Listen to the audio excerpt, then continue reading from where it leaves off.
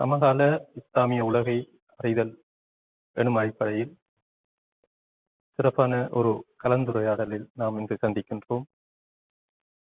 இன்று உலகில் ஈரான் இஸ்லாமிய குடியரசிற்கும் இஸ்ரேலுக்கும் இடையிலான 12 நாள் யுத்தம் நடந்து முடிந்திருக்கின்றது. அதற்கு முன்னர் இஸ்ரேலுக்கும் பலஸ்தீனுக்கும் இடையிலான 2 வருடங்களை நெருங்கிய யுத்தம் நடைபெற்று கொண்டிருக்கின்றது. அது இன்றும் தொடர்கின்றது. இந்த நேரத்தில் சமகால இஸ்லாமிய உலகின் செய்திகளை நாம் தெளிவாக அறிந்து கொள்ள வேண்டும் என்ற நன்னோக்கில் இந்த கலந்துரையாடல் இடம்பெறுகின்றது.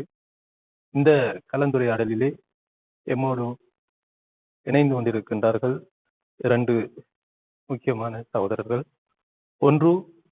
ஒருவர் சகோதரர் மர்சூக் மௌலவி அவர்கள் ஈரான் இஸ்லாமிய குடியரசிலே பல ஆண்டு காலம் கல்வி கற்று தனது உயர் படிப்பை நிறைவு செய்து அரபு மொழியிலும் பாரசீக மொழியிலும் நன்கு தேர்ச்சி பெற்றிருக்கக்கூடிய ஒருவர்.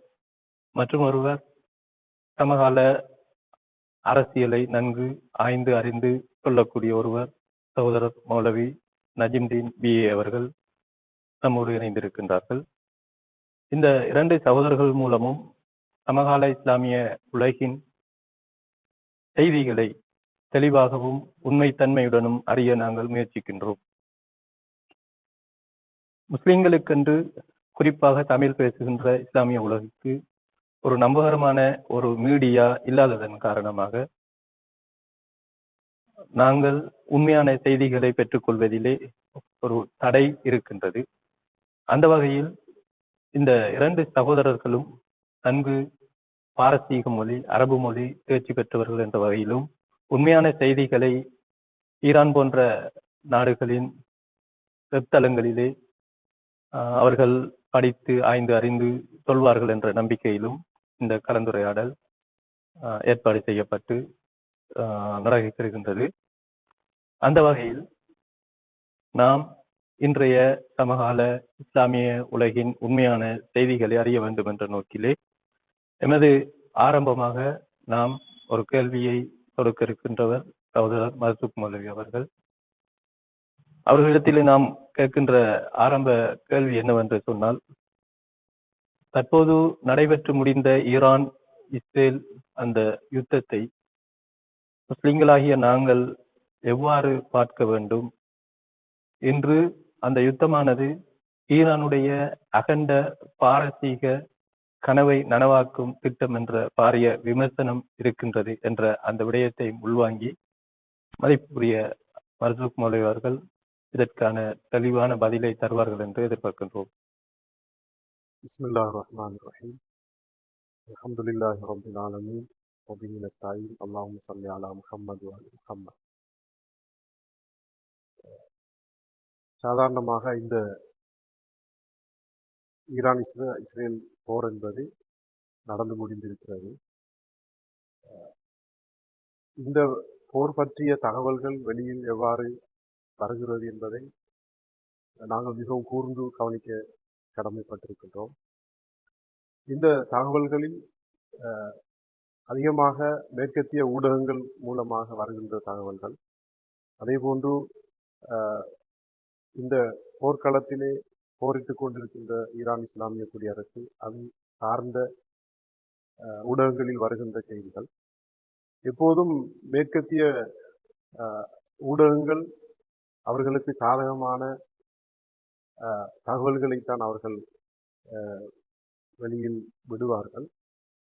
இந்த தகவல்கள் கூடுதலாக உண்மைக்கு புறம்பான தகவல்கள் இருக்கும். இருந்தும் அந்த போர்க்களத்தை நாங்கள் பார்க்கின்ற போது அந்த போர்க்களத்தில் நடந்திருக்கின்ற சில யதார்த்தங்கள் உண்மைகளை பார்க்கின்ற போது சாதாரணமாக ஈரான் இஸ்லாமிய குடியரசினுடைய ஒரு முக்கியஸ்தர் ஒருவருடைய கருத்து இருக்கிறது. நாங்கள் எப்போதும் ஒரு போரை மேற்கொள்ளுகின்ற போது இந்த போரினுடைய வெற்றி அதை ஊடகங்களிலே நாங்கள் வெற்றி பெறுவதில்லை, ஆனால் களத்திலே நாங்கள் தான் வெற்றி பெறுவோம் என்று அவர் சொல்லுகிறார். இந்த அடிப்படையிலே இதனையும் தாண்டிய ஒரு வகையில் தான் இன்றைய இந்த 12 நாள் போர் நடந்திருக்கிறது. இதில் உண்மையான தகவல்கள் அதிகமாக மக்களை வந்து சென்றடைந்திருக்கிறது. நடந்த இந்த போரிலே ஈரான் இஸ்லாமிய குடியரசு பரிபூர்ணமான வெற்றி அடைந்திருக்கிறது என்பதை எல்லோரும் புரிந்திருக்கிறார்கள். எல்லோருக்கும் அந்த செய்தி கிடைத்திருக்கிறது. முஸ்லிம் சமூகத்தை பொறுத்த மட்டில இந்த நிகழ்வு ஒரு சந்தோஷமான ஒரு நிகழ்வாக எல்லோராலும் பார்க்கப்படுகிறது. முஸ்லிம் அல்லாதவர்கள் கூட இன்று மனிதாபிமானத்துக்கு மானிடத்துக்கு எதிரான ஒரு அக்கிரமம் அநியாயம் நடக்கின்ற இந்த காலப்பகுதியிலே இப்படியான ஒரு அராஜகத்தை ஒரு அடக்குமுறையை தட்டி கேட்பதற்கு ஒரு சக்தி இருக்காதா என்று ஏங்கிக் கொண்டிருக்கின்ற இந்த தருணத்திலே இந்த ஈரான் இஸ்லாமிய குடியரசு இந்த ஜியோனிச சக்தியை எதிர்த்து ஜியோனி சக்தி என்று சொல்வதை தாண்டி நாங்கள் வல்லாதிக்க சக்தி என்று அதற்கு பின்னால் இருக்கின்ற மேற்கு நாடுகள் அதே போன்று நேட்டோ போன்ற நாடுகளுடைய ஆதரவோடு மேற்கொள்ளப்பட்ட இந்த யுத்தத்திலே மக்கள், அதாவது ஈரானிய மக்கள், அதுவும் குறிப்பாக பிராந்தியத்தில் இருக்கின்ற இஸ்ரேலுக்கு எதிர்த்து போரிடுகின்ற அந்த எதிர்ப்பு முன்னணி வெற்றி பெற்றிருக்கிறது என்பதுதான் உண்மையான செய்தி. இந்த போரை பொறுத்த மட்டிலே இது ஒரு அகண்ட பாரசீகத்திற்கான ஒரு போரா என்று சிலர்கள் ஒரு யூகத்தை வெளியிடுகின்றார்கள். ஈரான் பிராந்தியத்திலே தன்னுடைய ஆதிக்கத்தை மேலோங்க முயற்சிக்கிறது என்ற ஒரு கருத்து சொல்லப்படுகின்றது. உண்மையிலே இந்த போராட்டத்தை நாங்கள் சரியாக பார்ப்போமாக இருந்தால் இந்த போராட்டம் என்பது ஒரு ஹக்குக்கும் பாத்திலுக்கும் இடையிலான ஒரு போராட்டம் என்பதை நாங்கள் நிச்சயமாக புரிந்து கொள்ள முடியும். அதே போன்று இஸ்லாமிய உலகு கொண்டிருக்கின்ற அந்த வளங்கள் அவங்களுடைய இதுகளை எல்லாம் சூறையாடி அபகரித்து எடுத்து செல்வதற்காக ஒரு பிரயத்தனத்தை மேற்கொண்டிருக்கின்ற ஒரு சக்திக்கும் அந்த வளங்கள் இந்த இஸ்லாமிய உலகுக்கு சொந்தமானது, அந்த வளங்களை முஸ்லிம்கள் அவர்களுக்குரியது என்று அவர்களுக்கு அந்த உரிமையை பெற்றுக் கொடுப்பதற்கான ஒரு போராக இது இருக்கின்றது. அதே போன்று ஒரு இழிவுக்கும் ஒரு தன்மானத்துக்கும் அதே போன்று இந்த இப்படியான ஒரு தருணத்திலே எல்லோ முஸ்லிம்கள் அனைவரும் அடிபணிந்து இழிவாக வாழ வேண்டும் அல்லது தலை நிமிர்ந்து வாழ வேண்டும் என்ற ஒரு இப்படியான ஒரு அந்த அமர்க்களத்தில் தான் இந்த போர் நடக்கின்றது. எனவே இந்த போரினால் முஸ்லிம் உம்மத்துக்கு, சமூகத்திற்கு ஒரு மகிழ்ச்சி தரக்கூடிய ஒரு போராகத்தான் இது இருக்கிறது. இது முஸ்லிம் சமூகத்துக்கும் முஸ்லிம் உம்மத்துக்கும் வல்லாதிக்க சக்திகளுக்கும் இடையிலான ஒரு போராகத்தான் இதை பார்க்க வேண்டியிருக்கின்றது. இது ஈரான் இஸ்லாமிய குடியரசு மிகவும் துணிச்சலாக, மிகவும் தைரியமாக முன்வந்து இந்த போராட்டத்தை முன்னெடுத்திருக்கிறது என்பது எல்லோருக்கும் பெருமை சேர்க்கின்ற ஒரு அம்சமாக இருப்பதனால்தான் நாங்கள் இன்று ஊடகங்களை பொறுத்த மட்டிலே அதிகமான மக்கள் இந்த சந்தோஷத்தை மிகவும் அவர்கள் கொண்டாடுகிறார்கள், அனுஷ்டிக்கிறார்கள். அதிலும் குறிப்பாக காசாவில் வாழுகின்ற மக்கள் அந்த கண்ணீரோடும் அந்த அவலத்தோடும் அந்த துன்பங்களோடும் வாழுகின்ற மக்களுக்கு அவர்களுடைய மனங்களிலே ஒரு சந்தோஷத்தை, ஒரு மகிழ்ச்சியை ஏற்படுத்தி இருக்கின்ற ஒரு விஷயத்தை கூட நாங்கள் இந்த தருணத்திலே பார்க்கக்கூடியதாக இருக்கின்றது. எனவேதான் இந்த போரை நாங்கள் ஏதோ ஒரு பாரசீகர்களுக்கும் மேற்கு நாடுகளுக்கும் இடையிலான ஒரு போர் என்றோ இவ்வாறு பார்க்காமல் இது ஒரு முஸ்லிம், அதாவது பிராந்தியத்தில் ஆதிக்கம் செலுத்தி முஸ்லிம்களை அடிமையாக்க முனைகின்ற ஒரு சமூகத்திற்கும் அதனை எதிர்த்து போராடுகின்ற ஒரு சமூகத்துக்கும் இடையிலான ஒரு போர் என்றுதான் நாங்கள் இதனை பார்க்க வேண்டியிருக்கின்றது. மௌலவி அவர்கள் இந்த ஈரான் இஸ்ரேலுக்கு இடையிலான இந்த போராட்டம் என்பது ஈரானுடைய அகண்ட ஒரு பாரசீக கனவை நோக்கிய ஒரு பயணம் அல்ல.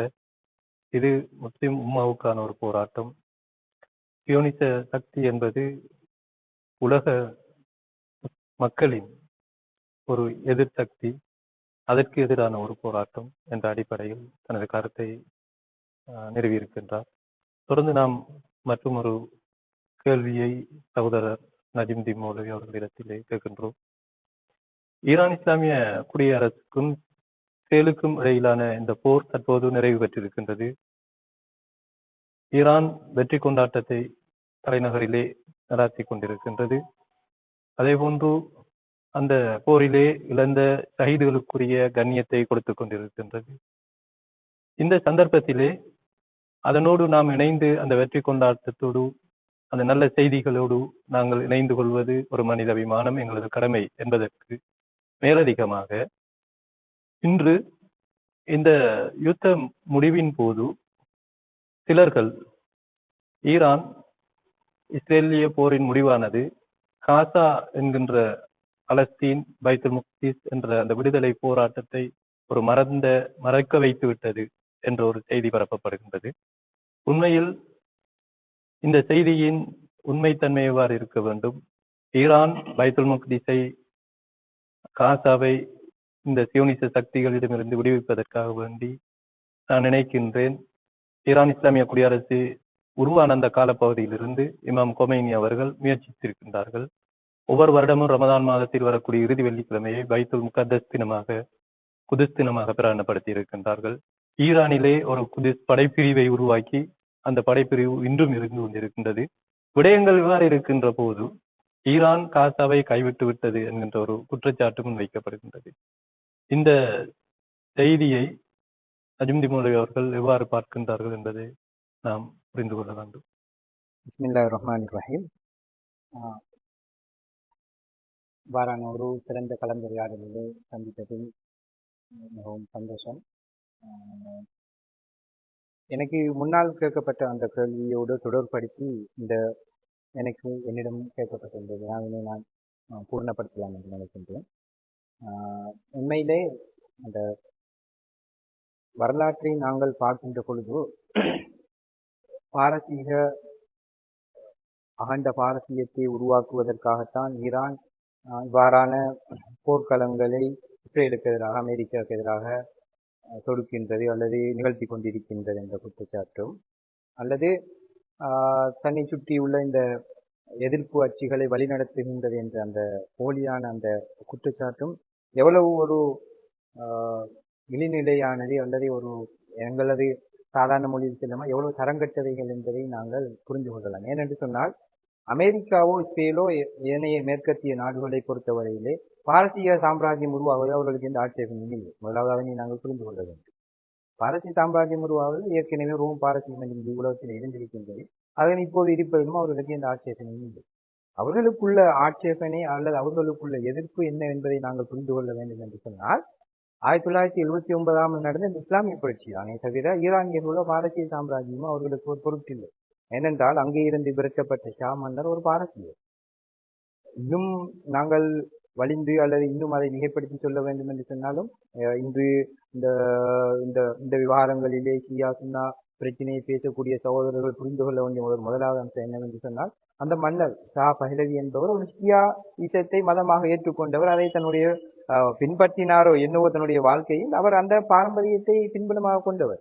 அவருக்கு எதிராகத்தான் என்ன செய்யப்பட்டது? இவ்வளவு பெரிய புரட்சி நடந்தது, மிகப்பெரிய இழப்புகளை சந்தித்தது, மிகப்பெரிய ஒரு மாற்றத்தை ஈரானிலே உருவாக்கி அதனை ஒரு இஸ்லாமிய குடியரசாக நிறுவியவர்கள் இத்தனை இழப்புகளை பாரசீக சாம்ராஜ்யத்தை ஸ்தாபிக்க வேண்டும் என்று சொன்னால் எதற்காக செய்ய வேண்டும்? வேறு சிம்பிளாக என்ன செஞ்சிருக்கலாம்?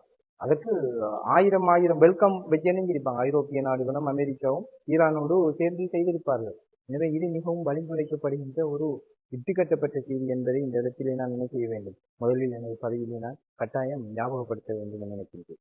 அடுத்ததாக உங்களுக்கு தெரியும், இப்போது ஈரான் இந்த யுத்தத்திலே வெற்றி பெற்று என்று சொன்னீர்கள். அதே போன்று இஸ்ரேலும் என்ன செய்கின்றது? அதே சந்தர்ப்பத்திலே நாங்கள் இந்த யுத்தத்திலே வெற்றி கொண்டோம் என்று அவர்களும் கொண்டாடுவதையும் நாங்கள் இங்கே என்ன செய்ய முடியாது, மறைக்க முடியாது. உண்மையிலே சொன்னது போல் எனக்கு முதல் சொன்ன அந்த அதற்கு அவர்கள் குறிப்பிட்டது போன்று மௌலவி அவர்கள், உண்மையிலே அவர்கள் அந்த மீடியா என்பது இந்த உலகத்திலே அவர்களிடம்தான் கூடுதலாக நிர்வகிக்கக்கூடிய, அது எந்த செய்தியை போட வேண்டும், அதை எப்படி போட வேண்டும் என்பதை தீர்மானிக்கின்ற சக்தியாக ஜீவன் சென்றிருக்கின்றது. எனவே அவர்கள் என்ன செய்கிறார்கள்? அந்த மீடியாக்களிலே இன்றும் அந்த யுத்த வெற்றியை கொண்டாடி கொண்டிருக்கிறார். அதிலே ஒரு அந்த மாறுபாட்டு அல்லது ஒரு முரண்பாடான செய்தியை வந்து அவர்களுக்குள்ளே ஒரு ஒருமித்த கருத்து அந்த இடத்திலே காணப்படவில்லை. உதாரணத்துக்கு சொல்லுவது என்றால், இப்ப இவர்களுடைய இந்த யுத்தத்தை ஆரம்பிக்கின்ற போது அவருடைய தாக்கத்தாக இருந்தது ஈரானுடைய அணுசக்திகள், அணு ஆயுதத்தை ஈரான் பெற்றுவிடக்கூடாது என்பது.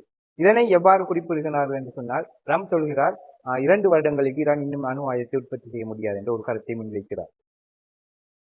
2 வருடங்கள் அல்ல, 10 வருடங்களுக்கு என்ன செய்ய முடியாது, அணு சக்தியை எடுத்து சொல்லிடாது, அணு ஆயுதமாக உற்பத்தி செய்ய முடியாது என்பது நம்முடைய வாதமாக இருக்கின்றது. நம்முடைய வாதமா 10 வருடம் இருக்கின்றது. இங்கே நெத்தன்யாகு எவ்வாறு அந்த யுத்தத்தை வலிந்து தொடுத்தவர் சொல்கின்றார் என்று சொன்னால், இன்னும் 2 வருடங்களுக்கு என்ன செய்ய முடியாது, ஈரான் அணுசக்தியை மேம்படுத்த முடியாது, தெரிவிக்க முடியாது, அதனுடைய அந்த அடுத்த கட்ட நகர்வுகளை மேற்கொள்ள முடியாத அளவுக்கு நாங்கள் என்ன செய்து விட்டோம், பின்தள்ளிவிட்டோம் என்று அவர்கள் ஒரு நியாயாதிக்கத்தை தங்களுடைய மக்களை திருப்திப்படுத்துவதற்காக சொல்லிக் கொண்டிருக்கிறார்கள். ஆனால் அதே கணப்பொழுதிலே அவர்களுடைய நாட்டிலே பிரசுரிக்கப்படுகின்ற அவர்களுடைய தேசிய பத்திரிகையிலே மற்றும் அவர்களுடைய இன்டெலிஜென்ட் ரிப்போர்ட்களிலே சொல்கின்றது, ஈரானுடைய அணுசக்தி எந்த விதமான அதாவது பின்னோக்கி நகர்கின்ற எந்த திட்டமும் இல்லை, அவர்கள் மிக பாதுகாப்பாகவும் மிகவும் நுணுக்கமாகவும் அதனை என்ன செய்து கொண்டிருக்கிறார்கள், முன்னெடுத்து சென்று கொண்டிருக்கிறார்கள், அதிலே மாற்று கருத்து இல்லை என்பது. எனவே இப்படியான ஒரு மாறுபட்ட கருத்துகள் அவர்களுக்கு இருக்கின்ற ஒரு சூழலில் தான் என்ன செய்கிறார்கள், அவர்கள் யுத்த வெற்றி என்று கொண்டாடுகிறார்கள் என்பதை நாங்கள் என்ன செய்யலாம், இவர்களுடைய அந்த யதார்த்தத்தை புரிந்து கொள்வதற்கு இது மிகவும் ஒரு அழகான சான்றிதழ். என்றால் ஈரான் இன்று நான் நினைக்கின்றேன் 6 அல்லது 7 பேரை கொண்ட ரஷ்யாவுடைய அணு சக்தி சம்பந்தப்பட்ட ஸ்பெஷலிஸ்ட் பயிற்றப்பட்ட நிபுணர்கள் என்ன செய்து வந்திருக்கிறார், ஈரான் இஸ்லாமிய குடியரசுகளே வந்து இறக்கி இருக்கிறார்கள் என்ற செய்தியை நாங்கள் எல்லா சாதாரணமாக எல்லா பத்திரிகையிலும் பார்க்கக்கூடியதாக இருக்கின்றது. அப்ப இது இந்த உலகத்துக்கு ஒரு மிகப்பெரிய செய்தியை என்ன செய்கின்றது, செல்கின்றது. என்ன மீடியா என்ன சொல்கின்றது, நாங்கள் எங்கே இருக்கின்றோம், உண்மை யதார்த்தம் எங்கே இருக்கின்றது என்பதை புரிந்து கொள்வதற்கு இவ்வாறான சின்ன சின்ன விஷயங்கள் என்ன செய்யும் போதுமானதாக இருக்கின்றது. அதைத் தொடர்ந்து நீங்கள் கேட்ட கேள்வி, இதிலே ஈரான் வெற்றி கொண்டது என்றால் காசா என்ன செய்யப்பட்டுள்ளதா, கைவிடப்பட்டுள்ளதா என்று சொன்னால், உண்மையாக சொல்ல போனால் யதார்த்தமாக அப்பட்டமாக நாங்கள் சொல்ல போனோம் என்று சொன்னால், அவர்களுக்கு ஈரான் இஸ்லாமிய குடியரசுடைய அணுசக்தியும் அவர்களுக்கு ஒரு பிரச்சனை இல்லை, அல்லது அங்க இருக்கிற IRGC புதுசு படையணி ஒரு பிரச்சனை இல்லை, அல்லது அங்கே இருக்கின்ற ஏனைய விவகாரங்கள் எதுவுமே அவர்களுக்கு பிரச்சனை இல்லை.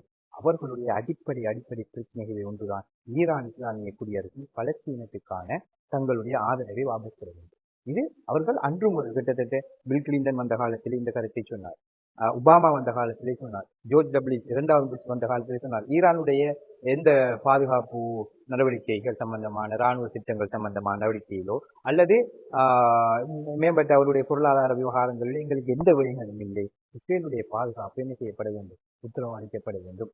அவ்வாறு உத்தரவு அளிக்கப்பட வேண்டும் என்று சொன்னால் பலஸ்தீன விவகாரத்தில் இருந்து ஈரான் என்ன செய்ய வேண்டும், முற்றுமுழுதாக தங்களுடைய கைகளை விரிக்க வேண்டும் என்று அன்பை சொல்கிறார். கிட்டத்தட்ட இது ஏறக்குறைய ஒரு 20-25 வருடங்களாக ஈரானுக்கு துடைச்சியாக என்ன செய்கிறார்கள், இந்த மேற்குலவும் அமெரிக்காவும் இஸ்ரேலுடன் சம்பந்தப்பட்ட எல்லோரும் இந்த சந்தர்ப்பத்தை ஈரானுக்கு வழங்கி கொண்டுதான் வருகிறார்கள். நீங்கள் இந்த பலஸ்தீன விவகாரத்திலே இருந்து என்ன செய்வீர்கள் என்றால் பின்முது காட்டுவீர்கள் என்றால், அல்லது அதிலிருந்து அந்த கையை நீங்கள் எடுப்பீர்கள் என்றால் உங்களுக்காக எல்லாமே இந்த உலகம் உங்களுக்கு திறந்திருக்கின்றது என்ற சமிக்கையிலேயே துடைச்சியாக செய்து கொண்டுதான் வருகிறார்கள். ஆனால் ஈரான் இஸ்லாமிய குடியரசு அதில் மிக தெளிவான ஒரு நிலைப்பாட்டை கொண்டிருக்கின்றது என்பதை நாங்கள் புரிந்து கொள்ளலாம். எவ்வாறு என்றால் 1979ஆம் ஆண்டு ஈரான் இஸ்லாமிய குடியரசு வெற்றி பெற்ற உடனே இமாம் கொமைனி ரஹ்மத்துல்லாஹி அலைஹி அவர்கள் இஸ்ரேலில் இருந்த அப்போது மிக பலமாக இருந்த இஸ்ரேலுடைய அந்த எம்பசி கதவை என்ன செய்து பூட்டி அந்த சாவியை அப்போது இருந்த PLO என்று சொல்லக்கூடிய பலஸ்தீன விடுதலை அமைப்பின் தலைவராக இருந்த யாசிர் அரஃபாத்தை அழைத்து மிக கௌரவமாக அவருடைய தலைவரை கொடுத்தார். ஏனென்றால் அப்போது அவர்கள்தான் அந்த பலஸ்தீன விடுதலை போராட்டத்தை வழிநடத்தி கொண்டிருந்தார்கள். ஹமாஸ் அப்போது ஒரு பெரிய அளவு வளர்ந்த இயக்கமாக இருக்கவில்லை. எனவே அப்போது அவர்கள் கண்டார்கள், இவர்கள் இந்த போராட்டத்தை இந்த மக்களுக்கான எழுச்சியை பெற்றுக்கொள்ளக்கூடிய சகல முயற்சிகளையும் செய்வார் என்று நம்பினார்கள். அதனால் அவர்களிடம் கை கொடுத்தார்கள். அன்று தொடக்கம் இன்று வரைக்கும் பலஸ்தீன் விவகாரமாக எவ்வாறான முயற்சிகள் எல்லாம் ஈரான் செய்ய முடியுமோ, எவ்வாறான இடங்களில் எல்லாம் அது இராணுவ ரீதியாக இருக்கலாம், பொருளாதார ரீதியாக இருக்கலாம், ஏனைய ராஜதந்திர ரீதியான உறவுகளாக இருக்கலாம், இவ்வாறான எல்லா நிலைகளிலும் ஈரான் என்ன செய்கின்றது, மிகப்பெரிய ஒரு செய்தியை உலகத்துக்கு செல்கின்றது. அது பலஸ்தீனியர்களுக்கானது. அந்த பலஸ்தீனியர்கள் சில நேரம் முஸ்லிம்களாக இருக்கலாம், யூதர்களாக இருக்கலாம், கிறிஸ்தவர்களாக இருக்கலாம், அது பரவாயில்லை. பலஸ்தீனை அந்த குடிகள் தான் ஆள வேண்டும். அந்த நாட்டுடைய அரசாங்கத்தை வழிநடத்துவது, அந்த நாட்டுடைய அரசு அதிகாரியாக பொறுப்பேற்பது யார் என்பதை அந்த குடிமக்கள் தான் தீர்மானிக்க வேண்டும் என்பதில் இரண்டாவது கருத்துக்கு இடமில்லை என்பதுதான் இஸ்லாமிய குடியரசு மிக தெளிவான நிலைப்பாடாக இருக்கின்றது. ஏனென்றால் இஸ்லாமிய குடியரசு பிரகடிக்கின்ற எந்த இடத்திலும் 2 ஸ்டேட்டை கூட அவர்கள் என்ன செய்யவில்லை, அவர்களுடைய கொள்கையாக பிரகடனப்படுத்தவில்லை. அவர்கள் சொல்கிறார்கள் அங்கே இருக்கின்ற குடிமக்கள், உதாரணத்துக்கு நாங்கள் வைத்துக் கொள்வோம், லெபனானை எடுத்துக்கொள்வோம். ஒரு சாம்பிளுக்கு நாங்கள் லெபனான் எடுத்துக்கொள்ளலாம். லெபனானில் என்ன செய்கிறார்கள், ஷியாக்கள் வாழ்கின்றார்கள், சுன்னி முஸ்லிம்கள் வாழ்கின்றார்கள், அதை கொண்டு கிறிஸ்தவர்கள் வாழ்கின்றார்கள். ஈரான் இஸ்லாமிய குடியரசு மிகவும் நெருக்கமான ஒரு பலமான ஒரு இணைப்பை கொண்ட ஒரு நாடு. அங்கே அந்த அரசியல் சுழற்சி முறையிலே எவ்வாறான நிர்வாக முறையில் தெரிவு செய்யப்படும் என்பதை இந்த உலகம் அறிந்த விஷயம். அதில் ஜனாதிபதியாக ஒரு கிறிஸ்தவர் இருப்பார், பிரதமராக ஒரு சுன்னி முஸ்லிம் இருப்பார், ஒரு சபாநாயகர் ஒரு ஷியா இருப்பார், அல்லது அடுத்த சந்தர்ப்பத்திலே மாறி மாறி வருவார். ஈரானுடன் மிகவும் நெருக்கத்தையும் நட்பையும் பெற்ற நாடு. எந்த தலையீட்டினையோ அல்லது எந்த ஒரு வலிந்த கருத்தையோ ஈரான் என்ன செய்வது, அவர்களுக்கு திணிக்கவில்லை. அவர்களுக்கான அந்த சந்தர்ப்பத்தை ஏற்படுத்திக் கொடுத்திருக்கின்றது. இந்த சந்தர்ப்பம் இங்கு என்ன செய்திருக்கிறது, இஸ்ரேலிலே இழக்கப்பட்டிருக்கின்றது. எனவே அங்கு இருக்கின்றவர்கள் அங்கே குடிமக்களாக ஆதிகளாக வாழ்கின்ற அந்த பூமியின் சொந்தக்காரர்கள் இவருடைய தீர்மானத்துக்கு ஈரான் இஸ்லாமிய குடியரசு என்ன செய்கின்றது, அந்த எட்டுவதற்கான உதவிகளை அன்று தொடக்கம் இன்று வரைக்கும் எங்கு வரைக்கும் என்ன செய்கின்றது, அதை தொடர்ந்து கொண்டே இருக்கும். அது உதாரணத்துக்கு நாங்கள் பார்க்கலாம், இந்த அக்டோபர் 7 ஏற்பட்ட தூஃபானுல் அக்ஸா என்று சொல்லக்கூடிய இந்த பெருவெள்ளத்திலேயே ஈரான் இஸ்லாமிய குடியரசு மிக தெளிவாக சொன்னது. இந்த தாக்குதல் பற்றி நிறைய பேர் ஈரானைத்தான் குற்றம் சாட்டினார்கள். ஈரான் திட்டமிட்டது, ஈரான் தான் இதனை வலிந்து தாக்குமாறு பணித்தது, ஈரானுடைய தூண்டுதலின் பேர் தான் என்ன செய்தார்கள், ஹமாஸ் போராளிகள் தாக்குதல் நடத்தினார்கள். அப்போது சையத் அலி காமனி, ஈரானுடைய அந்நிய தலைவர் அவர்கள் வெளியே வந்து ஒரு சிறந்த மெசேஜ் ஒன்றை சொன்னார்கள். இந்த தாக்குதலை நடத்துவதிலும் திட்டமிடுவதிலோ நாங்கள் என்ன செய்யவில்லை, ஒரு கணப்பொழுதிலும் அவர்களுக்கு எந்த திணிப்பையோ அல்லது கட்டளையோ பிறப்பிக்கவில்லை. ஆனால் நாங்கள் என்ன செய்கிறோம், இந்த தாக்குதலை வரவேற்கிறோம். இந்த தாக்குதலை நாங்கள் என்ன செய்கின்றோம், செய்தவர்களை இரு கரம் ஏந்தி என்ன செய்கின்றோம், நாங்கள் அவர்கள் வரவேற்கிறோம். என்றால் இப்படியான ஒன்று அந்த அந்த சமூகத்திலே, அந்த நாட்டிலே, அந்த தேசியத்தில் நடைபெற்ற போதுதான் பலஸ்தீனர்களுக்கு என்ன பிரச்சனை இருக்கிறது என்பதை மறந்திருந்த உலகம் என்ன செய்ய திரும்பி பார்க்க ஆரம்பித்திருக்கின்றது. இது முழு உலகமும் என்ன செய்திருக்கின்றது, பலஸ்தீன மக்களுக்காக திரும்பி இருக்கிறது என்று சொன்னால், முழு உலகத்திலும் பலஸ்தீனர்கள் படுகின்ற அவலங்களை பேசுகின்றது என்று சொன்னால் அங்கு அந்த தூஃபானுல் அக்ஸா. ஆனால் அதற்கு முன் இவ்வாறான ஒரு சூழல் தான் இருந்தது. எப்படி அந்த மக்களுக்குரிய அடிப்படை உரிமைகள் அங்கே எல்லாம் மறுக்கப்பட்டிருந்தது. அவர்கள் விரும்பி எடுத்து வேலை செய்ய முடியாது, அல்லது அவர்கள் விரும்பின இடத்துக்கு பயணம் செய்ய முடியாது. இஸ்ரேல் ராணுவம் எப்போது வேண்டாலும் யாரை வேண்டாலும் கைது செய்யலாம், அல்லது எப்போது வேண்டாலும் யாரை வேண்டாலும் கொலை செய்யலாம் என்று அவர்களுடைய அடிப்படை இருப்புக்கோ அவர்களுடைய பாதுகாப்புக்கோ உத்தரவு இல்லாத ஒரு நிலை, ஒரு அடிமையான வாழ்க்கையை அவர்கள் என்ன செய்து கொண்டார், வாழ்ந்து கொண்டிருந்தார்கள். அதோடைய உச்சநிலை தான் நாங்கள் பார்த்தோம். ரமலான் மாதத்திலே பைத்துல் முகத்தஸிலே அந்த விசேட கிரிகைகளை செய்து கொண்டிருந்த இஸ்லாமிய பெண்களை அவர்கள் இழுத்து இருந்தார்கள் வெளியே. அப்ப அது எவ்வளவு பெரிய ஒரு மோசமான அல்லது அவமதிக்கின்ற செயல். அந்த நாட்டுடைய குடிகள், அந்த நாட்டுடைய பிரஜைகள் தங்களுடைய அடிப்படை கடமைகளை நிறைவேற்றுகின்ற பொழுது அவர்களை இடித்து பள்ளிவாசல் வீசினர் என்று சொன்னால், இது இஸ்லாமிய சமூகத்து உம்மத்துடைய உள்ளத்தை தொடுகின்ற விஷயம். அப்போதும் கூட அதனை யாரும் அலட்டிக் கொள்வதாகவோ அல்லது அதற்கு குரல் கொடுப்பதற்கு யாரும் இருப்பதாக தெரியவில்லை. அப்போதுதான் அவர்கள் இந்த விவகாரத்தை என்ன செய்ய வேண்டும், உலகமயப்படுத்த வேண்டும். என்ன நடக்கின்றது என்பதை இந்த உலகம் திரும்பி பார்க்க வேண்டும் என்பதற்காக சொன்ன அந்த தூஃபானுல் அக்ஸா முதல் அதற்கு முன்னிருந்த காலத்திலும் என்றது ஈரான் தமது முழு பங்களிப்பையும் செய்திருக்கின்ற அதற்கு நிறைய பேர் இழந்திருக்கின்றது. உதாரணத்துக்கு நீங்கள் எடுத்துக்கொள்ளலாம், ஈரான் இஸ்லாமிய குடியரசை வழிநடத்திய பல போர்க்களங்களில் மிகப்பெரிய வெற்றிகளை தேடி கொடுத்தவர் ஷஹீத் காசிம் சுலைமானி அவர்கள். அந்த காசிம் சுலைமானி அவர்களை என்ன செய்தது, அமெரிக்கா என்ன செய்தது, ஈராக்கில் வைத்து கொன்ற போது ஒரு மிக தெளிவான மெசேஜை என்ன செய்திருக்கிறார். அன்று இருந்த ஷஹீத் இஸ்மாயில் ஹனி அவர்கள் சொன்னார்கள், அவர்கள் மிகவும் இறைவன் மீது 3 தரம் சத்தியம் என்று சொன்னார்கள். அவர் இன்னஹூல ஷஹீதுல் குதுஸ் என்ற அரபு வாக்கியத்தினூடாக அவர் இந்த குதிசுக்காகத்தான் படுகொலை செய்யப்பட்டிருக்கிறார் என்பதை அந்த போராட்ட குழுக்களை செல்கின்றது. அங்கே அதற்கு பிறகு சிரியாவிலே நடந்த ஈரானுடைய படைத்தளபதிகள் தாக்கப்பட்டமை, தொடர்ந்தும் என்ன செய்யப்பட்டது, தொடர்ச்சியாக ஈரானை நேரடியாக பிரதிநிதித்துவம் செய்கின்ற ஹிஸ்புல்லாவுடைய அதிமேதகு தலைவர் சையத் ஹசன் நஸ்ருல்லா அவர்களை கூட ஈரான் இந்த பாதையில் இழந்திருக்கிறது என்று சொன்னால் அது சிறு இழப்பல்ல, அல்லது அது குறைத்து மதிப்பிடக்கூடிய ஒரு விவகாரமும் இல்லை. அப்படி ஈரான் கை கழுவ வேண்டும் என்றால் இந்த கட்டங்களில் என்ன செய்திருக்க வேண்டும், கைகள் என்றால் ஈரான் மிகப்பெரிய பொருளாதார நெருக்கடியை, உலக வல்லரசுகளின் ஆதிக்கத்தையும் சந்தித்துக் கொண்டுதான் என்ன செய்கின்றது, இந்த போராட்டத்திற்கான தமது ஆதரவையும் தமது சகல உதவிகளையும் வழங்கி கொண்டிருக்கின்றது. எனவே இந்த யுத்தத்தின் மூலம் இந்த யுத்தம் ஒன்று என்ன செய்யப்பட்ட ஈரானை தாக்க வேண்டும் என்பது ஜியோனிசத்தினதும் அமெரிக்கா போன்ற ஐரோப்பிய நாடுகளின் நீண்ட நாள் கனவாக இருந்தது. இது ஏதோ நேற்று இன்றைக்கு திட்டமிட்டு தூஃபானுல் அக்ஸாவுக்கு பிறகு வழிநடத்திய ஒரு விடயம் அல்ல. சந்தர்ப்பத்தையும் காலத்தையும் அவர்கள் காத்து கொண்டிருந்தார்கள். அந்த காலம் கனிந்தது எவ்வாறு என்று சொன்னால், இந்த பஷார் அசாதுக்கு ஈரான் இஸ்லாமிய குடியரசு ஏன் இவ்வளவு நாளும் இவ்வளவு பெரிய ஆதரவை வழங்கி என்று இந்த உலகம் இப்போது கண்டு கொண்டது. பஷார் அசாத் இருந்திருப்பார் என்று சொன்னால் சிரியாவுடைய ஆட்சி ஈரானுக்கு ஆதரவு தெரிவிக்கின்ற ஒரு நிலைப்பாட்டு இருந்திருக்கும் என்று நிச்சயமாக இஸ்ரேலுக்கு அமெரிக்காவுக்கு ஒருபோதுமே என்ன செய்திருக்காது, ஈரானை தாக்கக்கூடிய தைரியம் அவர்களுக்கு ஏற்பட்டிருக்கிறது என்பதை நாங்கள் கண்டோம். நிச்சயமாக ஏனென்று சொன்னால் ஈரானுடைய தரைப்படை அல்லது ஈரானுடைய துணை குழுக்களின் தலைப்படை மூடாக இன்று இந்த அரபு சமூகம் செய்ய வேண்டிய வேலை ஈரான் மிக 1-2 நாட்களிலே என்ன செய்து முடித்திருக்கும். அவ்வளவு ஈரானிடத்திலே அந்த பின்புலமும் அந்த சக்தியும் அந்த இராணுவ புலமும் நிச்சயமாக ஈரான் வளர்த்து கொண்டிருக்கின்றது. இந்த வளர்த்து கொண்டாலும் அதாவது அந்த புவியியல் ரீதியாக அவர்களுக்கு இந்த சந்தர்ப்பம் இல்லை என்பதை மிக திடமாக அறிந்து கொண்டுதான் திட்டமிட்டு தான் என்ன செய்தார்கள், ஈரான் இஸ்லாமிய குடியரசை அவர்கள் தாக்கினார்கள். ஆனால் அவ்வாறான தாக்குதலை கூட ஒரே நாளையிலே ஒரே இரவிலே தன்னுடைய IRGC புதிய தளபதி, விமானப்படை தளபதி மற்றும் காத்தமிழ் அம்பியா ராணுவ கட்டளை தளபதி ஆகிய பெரும் புள்ளிகளை இழந்த போதும் வெறும் 10 மணித்தியாலத்துக்குள் என்ன செய்ய அவைகள் எல்லாம் நிலைநிறுத்தி சீர்படுத்தி கொண்டு மீண்டும் ஒரு பெரிய தாக்குதல் செய்கின்ற அளவுக்கு இஸ்லாமிய குடியரசு மீண்டு வந்தது என்று சொன்னால் அதை இவர்களால் யூகிக்க முடியாத ஒன்று. எனவே இதனை நீண்ட நாளைக்கு இழுத்துச் செல்வது ஊடாக பலஸ்தீன விவகாரத்தை சில நேரம் இஸ்ரேலும் அமெரிக்காவும் அவ்வாறு யூகித்திருக்கலாம். இதனை நீண்ட காலம் இழுத்துச் சென்று இதனை அவர்களுடைய அந்த பலஸ்தீன விவகாரத்திலிருந்து மக்களுடைய உலக பார்வையை திருப்புவதற்கான ஒரு சதியும் அதுக்குள் நிச்சயமாக இல்லாமல் இருந்திருக்க முடியாது. அந்த நிலையிலும் தான் ஈரான் என்ன செய்யவில்லை, யுத்தத்தை ஆரம்பிக்கவில்லை. ஆனால் ஈரான் என்ன செய்திருக்கின்றது, யுத்தத்தை இவர்கள் முடிப்பதற்கான மிகப்பெரிய ஒரு என்ன செய்திருக்கின்றது, ஒரு பலத்தை அல்லது அப்படியான ஒரு இக்கட்டான சூழ்நிலை இவர்களுக்கு உருவாக்கி என்ன செய்திருக்கின்றது, அவர்களாகவே தானாக வந்து இன்று உலகத்துக்கு முன்னே ஒரு வெற்றித்த நிலையை என்ன செய்து கொண்டிருக்கிறார்கள், அடைந்திருக்கிறார்கள். தங்களால் அன்டிஃபீட்டட் ஃபோர்சஸ் என்று சொன்னவர்கள் தங்களுடைய வான் பரப்பு எப்போதும் அயன்டோமுகளாலும் இன்னும் மேம்படுத்தப்பட்ட பாதுகாப்பு கவசங்களாலும் என்ன செய்யப்பட்டு 24 hours அண்டர் த கவர் என்று சொன்னவர்கள் எதுவும் மற்ற நிலையில் அமெரிக்காவுடைய தேசியர்களுக்கு கூட பாதுகாப்பு இல்லை என்ற நிலை இன்று உருவாக்கப்பட்டு இது காசா மக்களுக்கான பலஸ்தீனத்துக்கான விடுதலையை இன்னும் ஒரு படி என்ன செய்திருக்கின்றது, உயர்த்தி இருக்கின்றது, மேம்படுத்தி இருக்கின்றது என்பதைத்தான் நாங்கள் இந்த இதிலே புரிந்து கொள்ள வேண்டுமே தவிர அதையும் தாண்டி இப்போது இந்த சீஸ்ஃபயர்க்கான வெளிப்படையான எந்த ஒப்பந்தங்களும் இன்னும் எங்கே செய்யப்பட்டுள்ளது என்பதை இரு தரப்பினரும் உத்தியோகபூர்வம் அறிவிக்கவில்லை. நிச்சயமாக அவ்வாறான ஒரு அறிவிப்பு இடம்பெறும் என்று சொன்னால் இஸ்லாமிய குடியரசு பலஸ்தீன மக்களுக்கான விடுதலையை அதிலே முன்னுரிமைப்படுத்தும் என்பதை துளியளவும் நாங்கள் என்ன செய்ய தேவையில்லை, சந்தேகப்பட தேவையில்லை. அதனுடைய ஒரு படியாகத்தான் நாங்கள் பார்த்தோம். அந்த சீஸ்ஃபயர் நடந்த அந்த காலப்பகுதியிலிருந்து இப்போது என்ன செய்யலாம், பலஸ்தீன மக்களுக்கான உணவு விநியோகம், அவர்களுடைய அடிப்படை தேவைகளுக்கான வாகனங்கள் என்ன செய்கின்றது, இந்த காசாவை ஊடறுத்து சென்று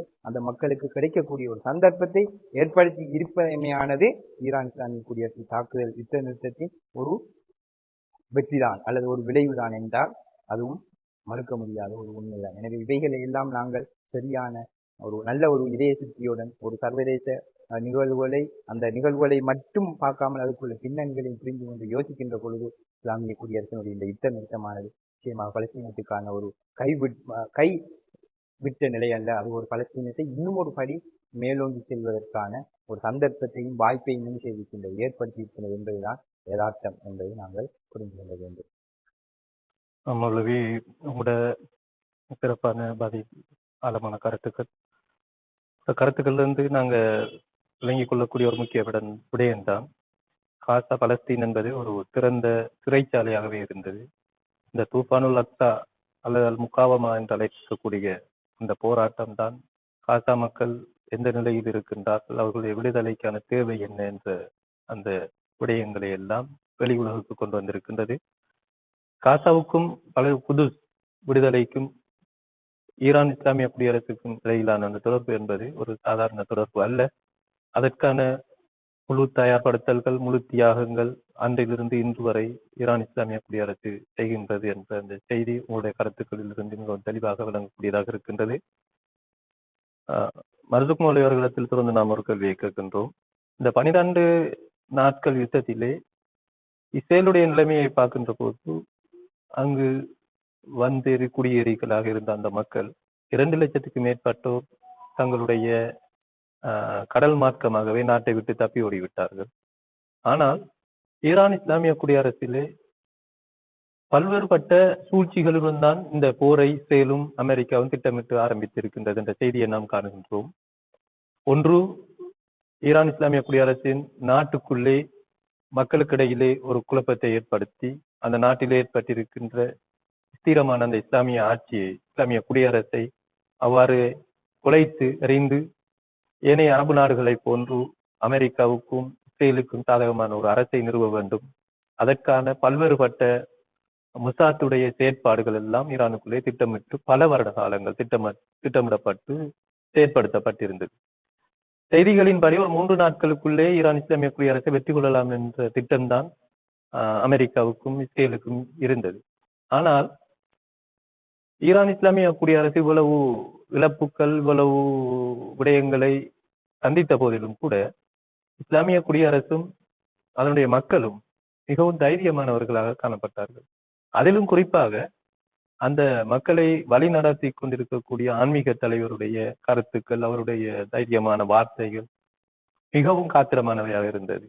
இவ்வாறான ஒரு ஆன்மீக தலைமைத்துவம் உருவாகி இருப்பதற்குரிய பின்புலம் என்ன, அதனை என்ன அடிப்படையில் அவர்கள் அந்த இஸ்லாமிய உலகிலே ஈரானில் மாத்திரம் அந்த ஆன்மீக தலைவரை உருவாக்கி இருக்கின்றார்கள், அதனோடு தொடர்புடைய அந்த விலாயத்துல் பக்கீஹ் எனக்கூடிய அந்த அதிகாரம் அவருக்கு கிடைக்கப்பட்டிருக்கின்றது, இதனது பின்னணி என்ன, இதனது உண்மையான பயன்பாடு ஏனைய இஸ்லாமிய உலகுக்கு எவ்வாறு கொண்டு செல்லப்படும் என்பதை நாங்கள் சகோதரர் மர்சூக் மௌலவி அவர்களிடத்திலிருந்து அறிந்து கொள்ளலாம்.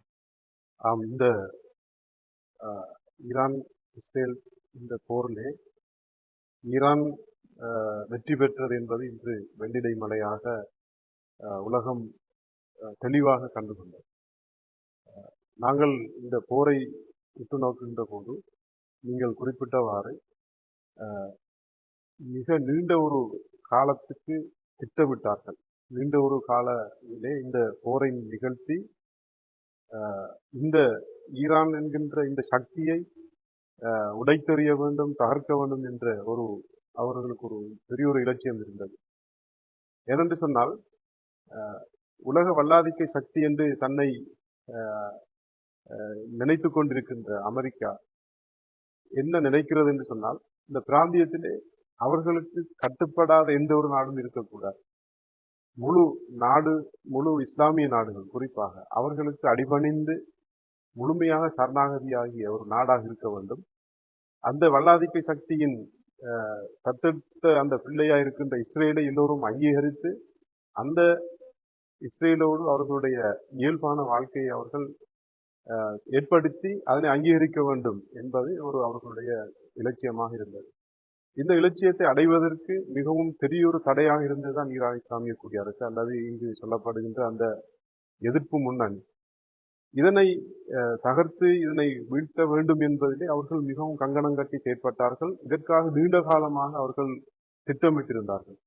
அவர்களுடைய திட்டத்தின் ஒரு பகுதிதான் இந்த 4 நாள் அல்லது இந்த 12 நாள் யுத்தத்திலே அவர்கள் ஈரானுக்கு ஒரு பலமான ஒரு அடியை ஈரானுடைய உள்ளுக்கு, அதாவது ஈரான் நாட்டுக்கு உள்ளுக்கு இருந்து அடிப்பதற்கு அவர்கள் முயற்சித்தார்கள். அதனால்தான் அவர்களுடைய மொசாட் அமைப்புகள் மூலமாக கூலிப்படைகளை உருவாக்கி அவர்களுக்கு போதிய ஆயுதங்களை வழங்கி பரவலாக அவர்களை ஒரு நெட்வொர்க்காக உருவாக்கி அவர்கள் மூலமான அந்த பாரிய அடியை உள்நாட்டில் இருந்து கொடுப்பதற்கு அவர்கள் முயற்சித்தார்கள். இது அவர்களுடைய திட்டத்திலே மிகவும் பிரதானமான ஒரு திட்டமாக இருந்தது.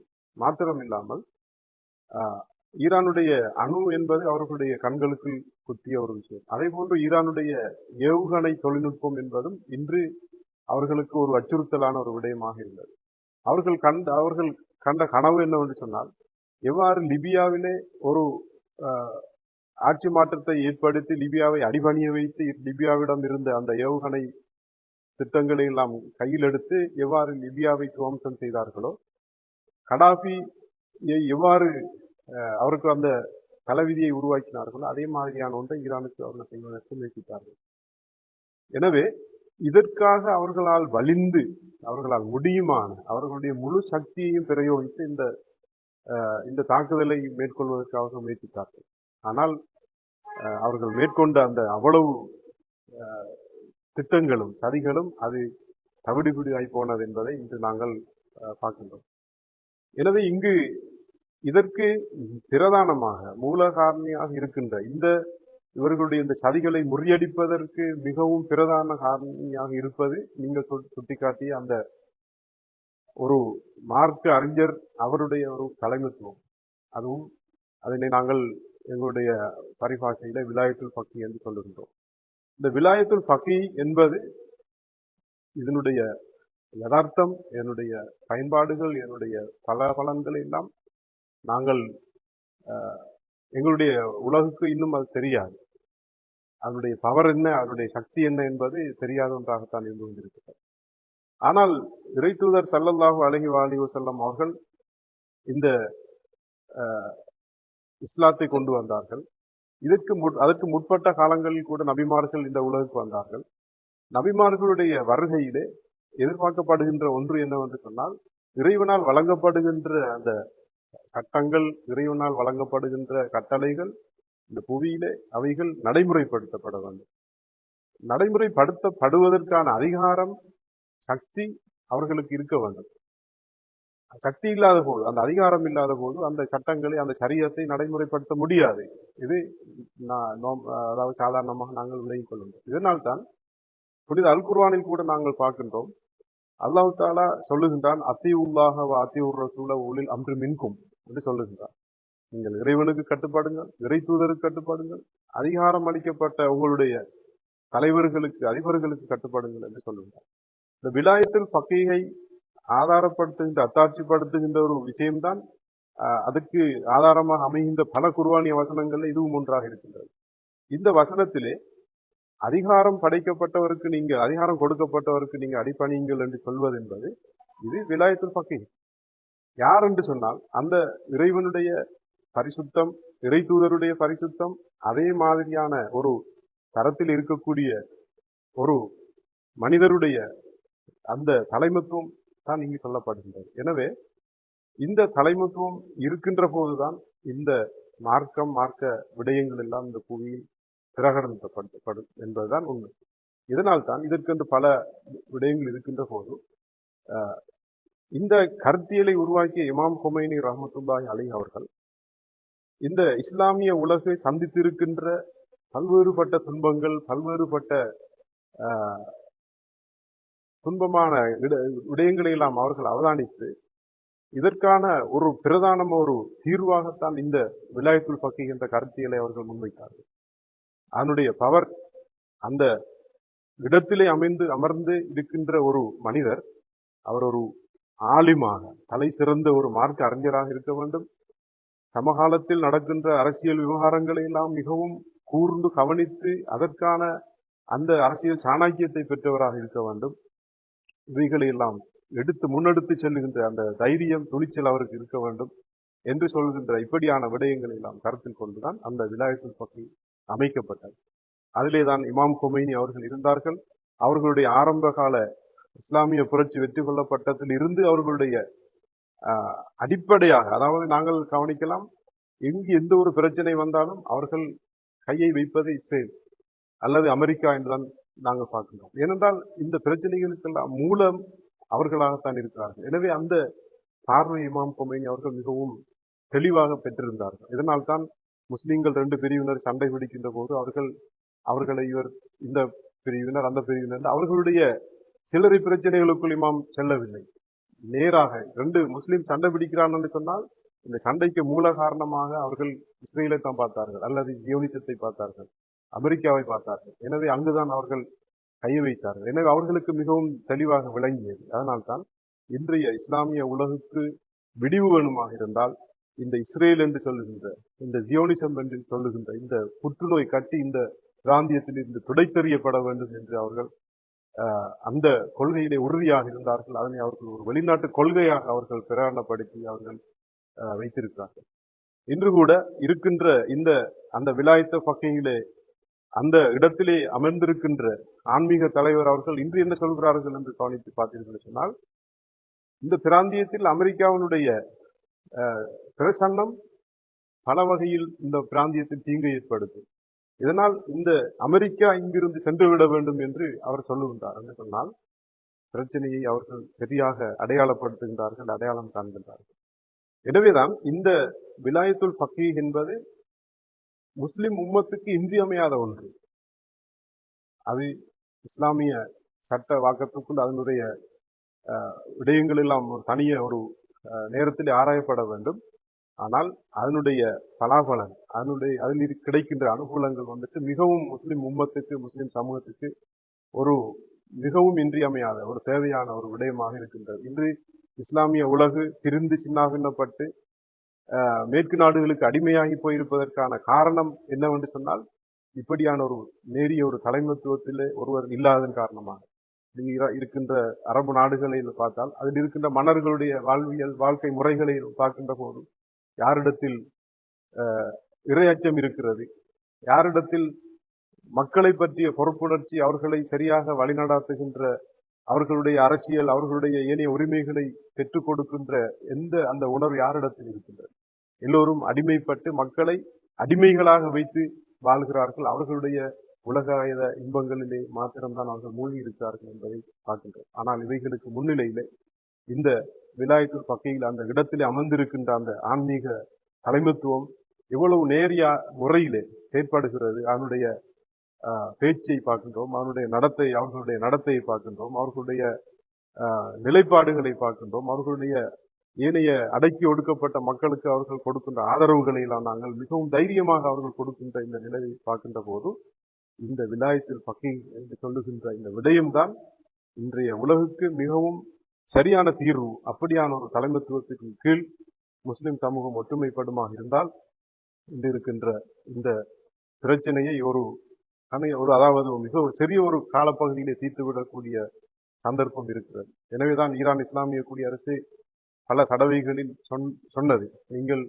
இஸ்ரேலுடனான தொடர்புகளை துண்டியுங்கள், அவர்களுக்கு வழங்குகின்ற எரிபொருள், அவர்களுக்கு வழங்குகின்ற மற்ற ஆதரவுகளை நீங்கள் நிப்பாட்டுங்கள் என்று சொன்னது. இந்த கதையை கேட்டு ஏனைய முஸ்லிம் நாடுகளும் ஒத்துழைத்திருப்பார்கள் என்று சொன்னால் இந்த காசா பிரச்சனையை தீர்க்க முடியாத ஒரு பிரச்சனை இல்லை.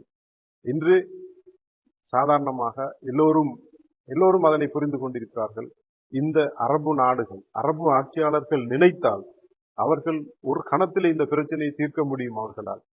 ஆகவேதான் இந்த விலாயத்துல் பக்கை என்பது ஒரு பிரதானமான ஒரு விடயம்.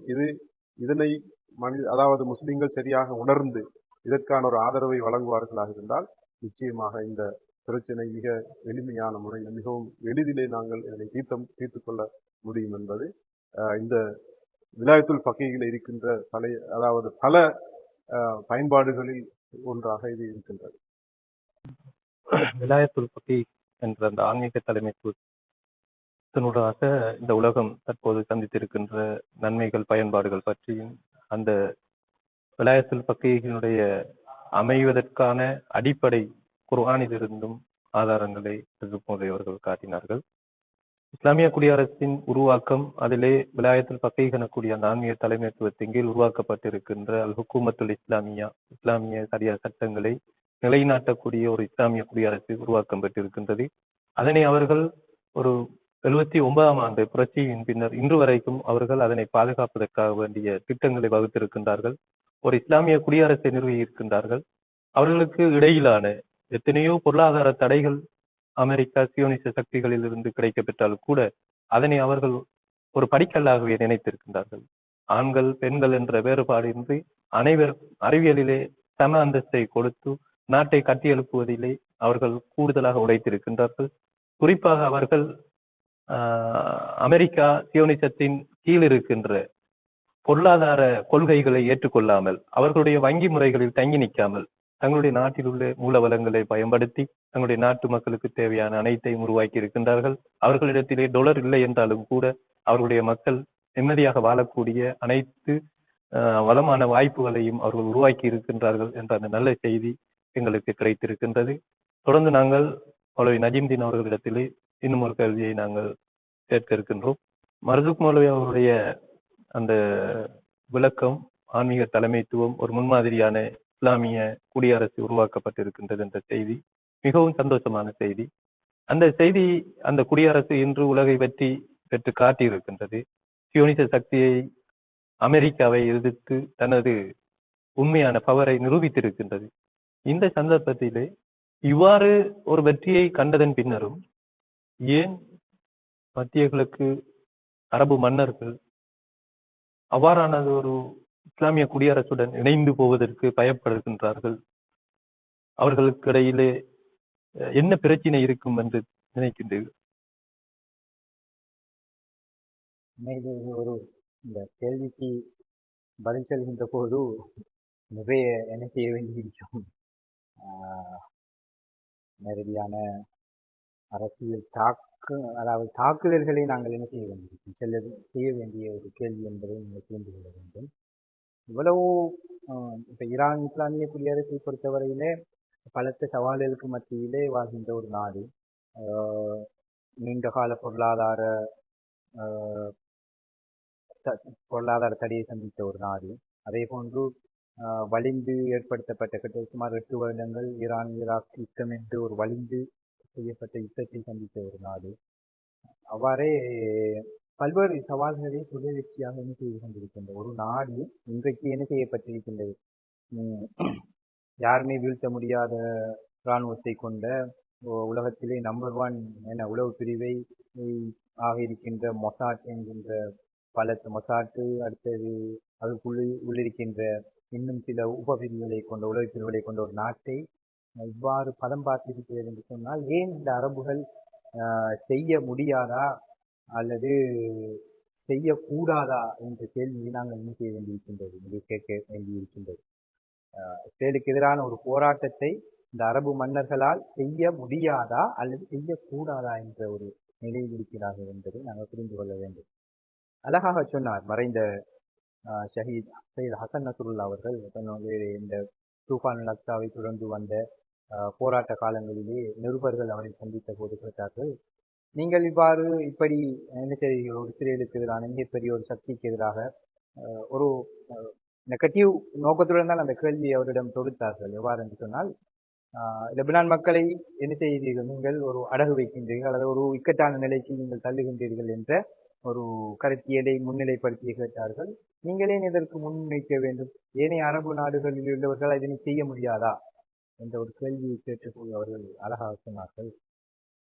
இங்குள்ள அரபு நாடுகளின் மன்னர்கள் மட்டுமல்ல, அங்கே இருக்கின்ற பெருவாரியான மக்கள்களும் எவ்வாறு இருக்கின்றார்கள் என்று சொன்னால், அவர்கள் இந்த வாழ்க்கை என்று சொன்னால் உண்பதும் உறங்குவதும் அதே போன்று என்ன செய்வதும் உலகியல் தமது ஆசைகளை இச்சைகளை தீர்த்துக் கொள்வதும் தான் வாழ்க்கை என்று என்ன செய்து கொண்டிருக்கிறார்கள், நினைத்துக் கொண்டிருக்கிறார்கள்.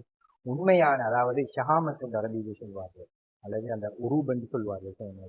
இந்த அரபித்துவம் எங்கே இருக்கிறது என்று சொன்னால், அது தியாகத்திலும் அர்ப்பணிப்பிலும் சகோதர முஸ்லிமுக்கு உதவி செய்வதிலும் தான் உண்மையான என்ன செய்கிறது அரபித்துவமும் எங்களுக்கான அந்த மரபணுவும் அங்கேதான் இருக்கின்றது. அதனை இந்த அரபு சமூகம் இப்போது என்ன செய்கின்றது, இழந்திருக்கின்றது என்று அவர்கள் அழகாக சொன்னார்கள். இந்த வார்த்தைகள் என்ன செய்யும், மிகவும் போதுமானதாக இருக்கின்றது. இந்த அரபிய மன்னர்களோ அல்லது அரபு சமூகமோ இன்று இதற்கான ஒரு முஸ்தீப்பையும் செய்யவில்லை என்பதற்கு இதுதான் காரணம்.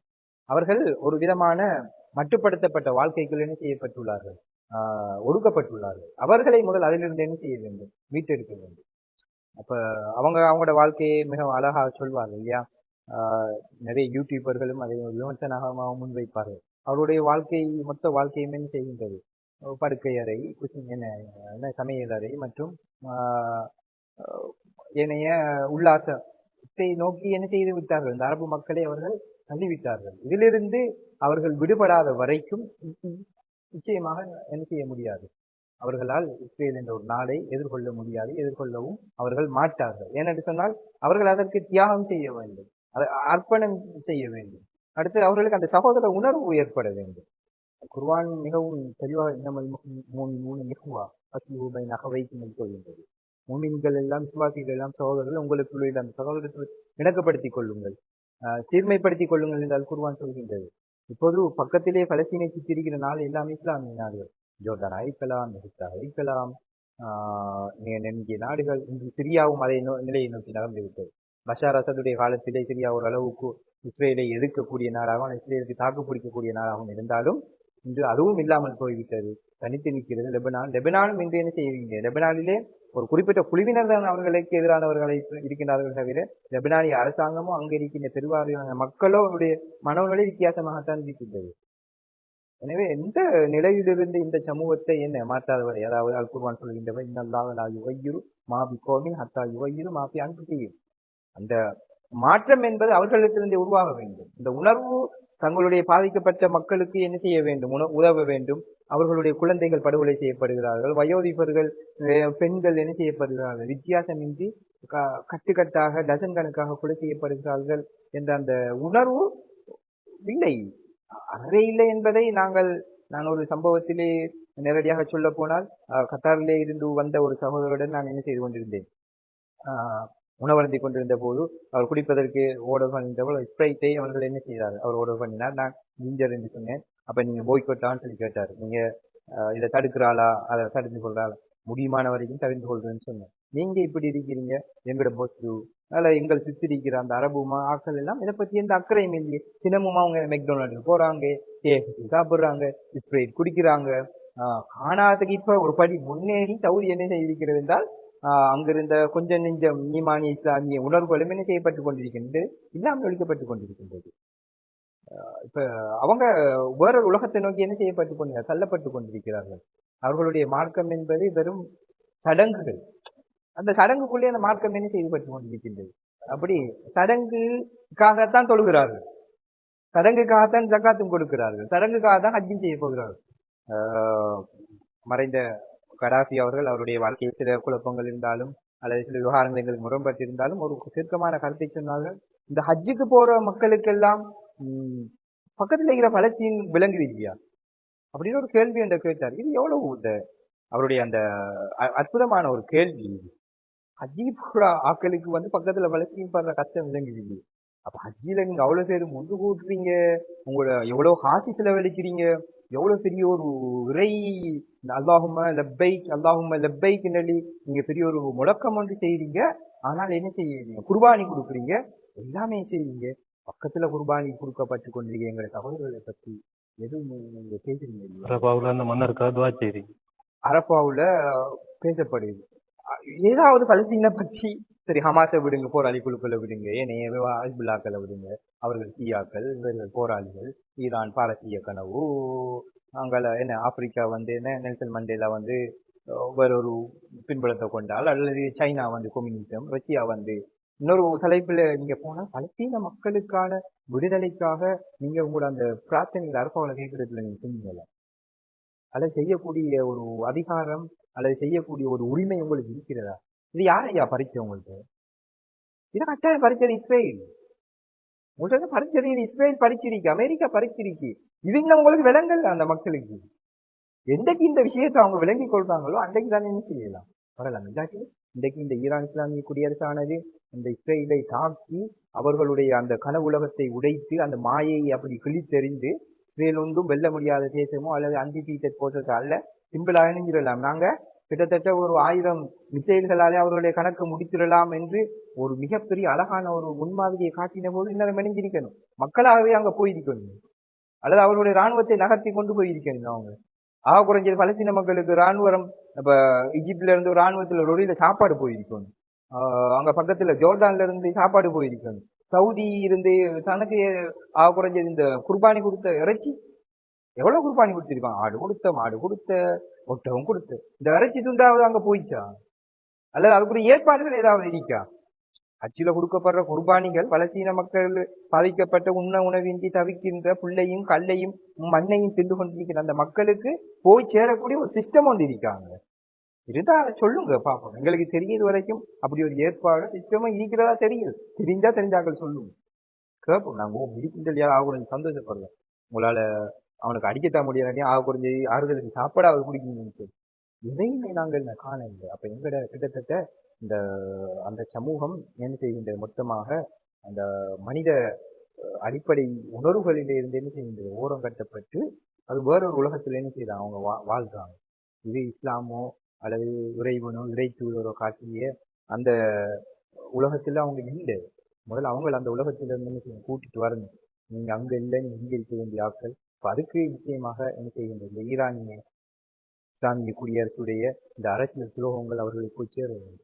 அவர்கள் செய்யாத அந்த வேறுபாடை கடந்து இந்த சுவாசத்தை அவர்கள் என்ன செய்ய வேண்டும், பருக வேண்டும். அப்போதுதான் அவர்களுக்கு என்ன செய்யும், இந்த உணர்வு வரும். ஏனென்று சொன்னால் உண்மையிலே ஈரான் இஸ்லாமிய குடியரசுடைய புரட்சி நடந்து கொண்டிருந்த ஆரம்ப காலத்திலே இஹ்வானிசத்துடைய புரட்சி மிகவும் மிகவும் அழகாக திட்டமிட்டு ஒரு பெரிய ஒரு சக்தியாக வளர்ந்து கொண்டிருந்தது. இந்த அளவுக்கு தான் இன்று இருக்கக்கூடிய சையத் அலி காமனி அவர்கள் அன்று பி துலால் குர்வான் என்று செய்து குத்துப் அவர்களுடைய வீரியமான ஒரு நூல், அதனை பாரசீகத்திலே மொழிபெயர்த்தார்கள். ஏனென்று சொன்னால் அந்த புரட்சிகரமான கருத்துகள், நவீனத்துவமாக குர்வானுக்கு வழங்கப்பட்ட சிந்தனைகள் பாரசீக மக்களை என்ன செய்ய வேண்டும், சென்றடைய வேண்டும், ஷியாக்களை அதை சென்றடைய வேண்டும் என்று ஆசைப்பட்டார். அப்போதுதான் இந்த மக்களை ஒரு புரட்சியை நோக்கி நகர்த்தலாம், ஒரு எழுச்சி மிக்க சமூகத்தை உருவாக்கலாம், ஒரு இலக்கை அடையக்கூடிய, அதனை நேசிக்கக்கூடிய, அதற்காக தியாகம் செய்யக்கூடிய, அர்ப்பணம் செய்யக்கூடிய ஒரு இளைஞர்களை உருவாக்கலாம் என்று அவர் அழகாக அப்போது கண்டார்.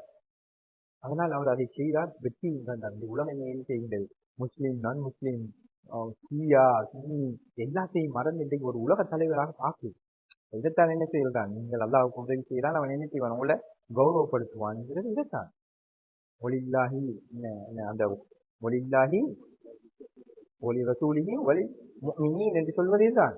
அந்த கௌரவம், யதார்த்தமான மதிப்பும் மரியாதையும் அல்லாஹ்வுக்கும் அவனுடைய ரசூலுக்கும் அவனை விசுவாசிப்பவர்களுக்கும் உரித்தாகுன்னது என்பதை நாங்கள் இப்ப எல்லோருமே என்ன செய்கிறோம்?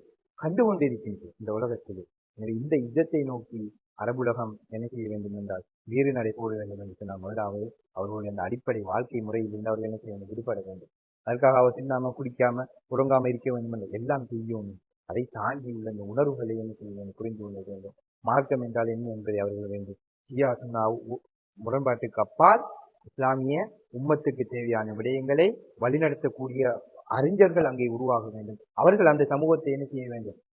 வழிநடத்த வேண்டும். தர்பார் முல்லாக்களுடைய பத்துவாக்களும் தர்பார் முல்லாக்களினால் வழங்கப்படுகின்ற மார்க்க போதனைகளில் இருந்து அவர்கள் என்ன செய்ய வேண்டும்? முதலாவது விடுபட வேண்டும். ஏனென்றால் அவர்கள் பெரும்பாலானோர் இந்த போராட்டங்களே செய்வர்களை குழப்பக்காரர்கள் என்றும் பித்னாவுக்குரிய ஆக்கள் என்றும் தாங்கள் வாங்குகின்ற அனுபவிக்கின்ற அந்த சுகபோக வாழ்வுக்கும் அந்த காசு பணங்களுக்கும் தொடர்ச்சியாக செல்லி அந்த மக்களுடைய மைண்டை என்ன செய்து கொண்டிருக்கிறார்கள்? மலினப்படுத்திக் கொண்டிருக்கிறார்கள். அதிலிருந்து இந்த மக்கள் விடுபட்டு வந்தால் மாத்திரம்தான் முடியும். அதிலிருந்து விடுபட்டு வந்தவர்கள் தான் இன்று யெமனிலாக இருக்கலாம், ஈராக்கிலே இருக்கலாம், லெபனானிலே இருக்கலாம், ஈரானிலே இருக்கலாம், ஆப்பிரிக்காவிலே இருக்கலாம், உலகத்திலே உள்ள எங்கெங்கோ நாடுகளிலும் என்ன செய்யலாம் இருக்கலாம். அவர்கள் எல்லாம் என்ன செய்கிறார்கள்? இந்த உணர்வுகள் ஊடாகத்தான் தங்களுக்கான எழுச்சியையும் நீள்பாதையையும் கட்டமைத்துக் கொண்டிருக்கிறார்கள். அதை நோக்கி இந்த சமூகம் எப்போது வரும் என்ற மிகப்பெரிய எதிர்பார்ப்புடனும் அவாவுடன் தான் என்ன செய்கின்றோம்? இஸ்லாமிய உலகம் அவர்களை காத்திருக்கிறது என்றால் அந்த மாற்றத்தை உருவாக்கக்கூடிய தகுதியும் அதற்குரிய மிகவும் சாதகமான சூழலும் அவர்கள் தான் இருக்கின்றது. என்னதான் நாங்கள் இலங்கைக்கோ அல்லது இந்தியாவிலோ ஏனைய நாடுகளிலிருந்து எவ்வளவு கத்தினாலும் அந்த மத்திய கிழக்கிலே அந்த மாற்றம் ஒன்று உருவாகாமல் நிச்சயமாக இந்த விடிவை காண முடியாது. எனவே அது அந்த உரிய இடத்திலிருந்து தான் என்ன செய்ய வேண்டும்? இருக்க வேண்டும். நாங்கள் அவர்களுக்கு சப்போர்ட்டிவாக இருப்போம். அவர்களுக்கு தேவையான முழு ஆதரவையும் வழங்குவோம். அவர்களுக்கு தேவையான கருத்தியலை இந்த சமூகத்திலே நாங்கள் என்ன செய்வோம்? கொண்டு செல்வோம். அதை நாங்கள் மனம் உவந்து அது எங்களுடைய மார்க்க கடமையாக நாங்கள் அதை செய்வோம் என்ற உறுதிமொழியை இந்த இடத்திலே நாங்கள் என்ன செய்கின்றோம்? கூறுகின்றோம். உங்களுடைய ஆழமான நல்ல கருத்துக்கள். ரசூலுல்லாஹி ஸல்லல்லாஹு அலைஹி வஸல்லம் அவர்கள் பிறந்த அந்த மண், அவர்கள் ஆட்சி செய்த அந்த மண், அதிலே இஸ்லாமிய ஷரியத் நிலைநாட்டப்பட வேண்டும். அங்கிருந்து முழு இஸ்லாமிய உம்மாவுக்கான செய்திகள் கொண்டு செல்லப்பட வேண்டும். அங்கு முன்மாதிரியான இஸ்லாமிய ஆட்சி நிறுவப்பட வேண்டும். நிச்சயமாக இன்றைய மத்திய கிழக்கு, குறிப்பாக அந்த சவுதியுடைய நிலைமையை பார்க்கின்ற போது அல் குர்ஆனிலே எத்தனையோ வசனங்கள், நீங்கள் இறை நிராகரிப்பாளர்களை உங்களுடைய பாதுகாப்பாளர்களாக நீங்கள் ஆக்கிக் கொள்ளாதீர்கள் என்று இருக்கின்ற போது, இன்று சியோனிச சக்திகளுக்கு தங்களுடைய இடங்களை கொடுத்து அவர்களுடைய பேசுகளை அமைத்து அவர்களுடைய தயாரிப்பு ஆயுதங்களை எதற்காக வேண்டி நாங்கள் குமிக்கின்றோம் என்று தெரியாமல் வாங்கி குவித்துக் கொண்டு இந்த நேரத்தில் அந்த ஆயுதங்களை பயன்படுத்தி இந்த பலஸ்தீன் மக்களுக்காக வேண்டி ஒரு குரல் கொடுக்கவில்லை என்று சொன்னால், அந்த ஆயுதங்கள் பயன்படுத்தவில்லை என்றால் எதற்காக அந்த ஆயுதங்களை அவர்கள் வேண்டி குமிக்கின்றார்கள் என்றெல்லாம் நாங்கள் அறிய வேண்டியிருக்கின்றது. நல்லது, இவ்வளவு நேரமும் எங்களோடு இணைந்து சமகால முஸ்லிம் உலகு பற்றிய மிக தெளிவான கருத்துக்களை வழங்கிய எங்களுடைய கண்ணியத்துக்குரிய மௌலவி ஷேக் மர்சூக் எம்ஏ அவர்களுக்கும், அதே போன்று மத்திய கிழக்கு செய்திகள், அதே போன்று ஒரு அரசியல் நுணுக்கமாக ஆய்வு அறிந்து கொள்ளக்கூடிய சகோதரர் நஜிம்தீன் மௌலவி அவர்களுக்கும் நன்றியை தெரிவித்துக் கொண்டு மற்றும் ஒரு கலந்துரையாடலில் நாம் சந்திக்கும் வரை உங்களிடம் விடைபெறுகின்றோம். அஸ்ஸலாமு அலைக்கும் வரஹ்மத்துல்லாஹி வபரகாத்துஹு.